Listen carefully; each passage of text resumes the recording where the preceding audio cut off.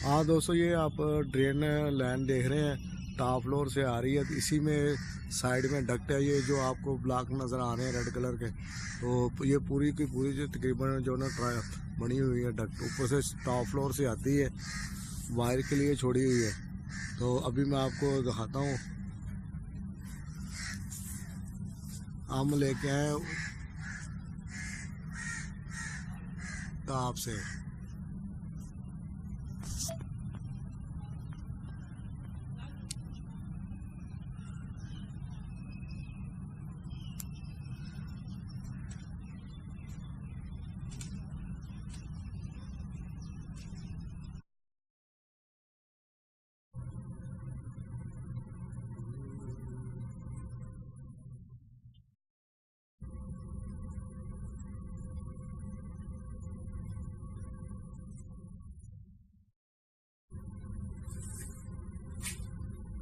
ठीक हो गया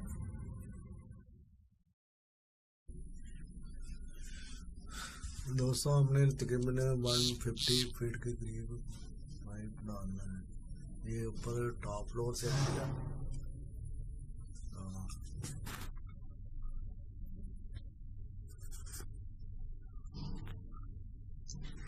ये आप देख सकते हैं, उधर से हमने एक पाइप और केबल डाल दी। यही तरह नीचे जाके हमने ग्राउंड फ्लोर पे जाना है।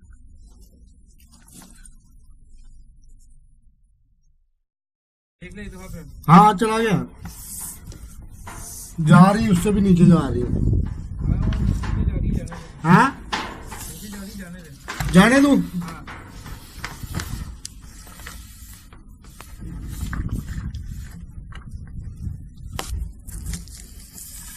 अभी इधर से छोड़ के जो है ना, तो चला जा नीचे।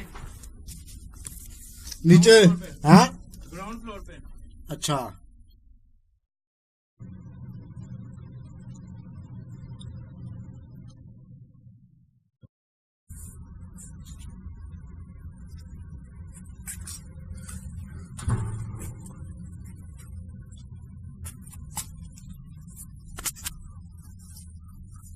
ये देखो पैप गुजारा हमने इधर से।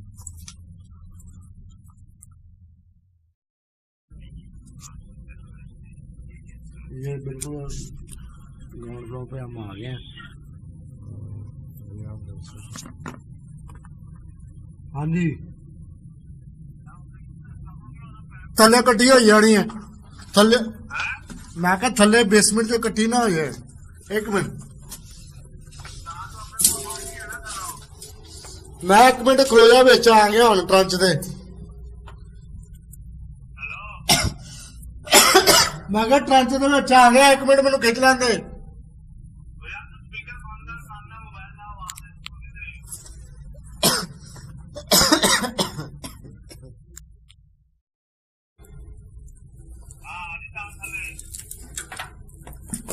हाँ आ रही है। अच्छा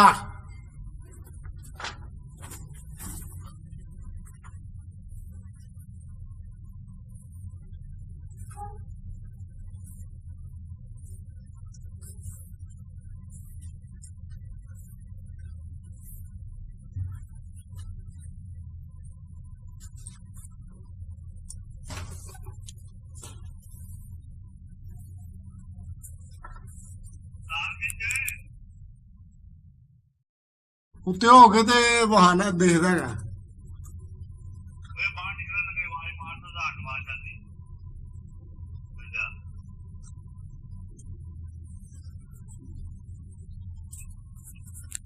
अच्छा हुन मैं चलो दे दे, बाकी वापस भेज देने गए। तार मैं कट देगा, ठीक है।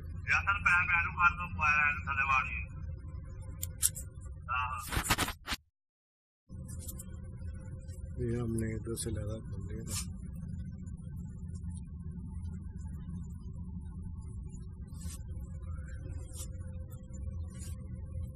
इसको वापस भेज दें।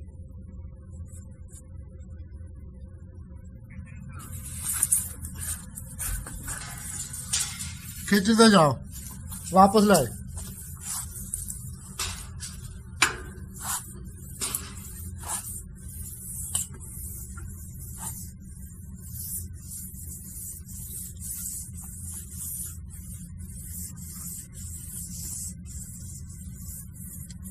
एक मिनट ठहर जा, और ठहर जा,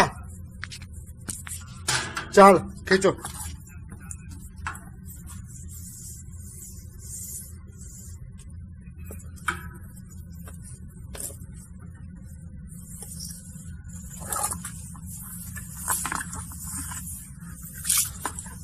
खींच खींच खींच ला, और 2 फुट खींच ला, 2 फुट बस बस बस, छाड़ दे हुण, थोड़ी फोटो और खींच ला।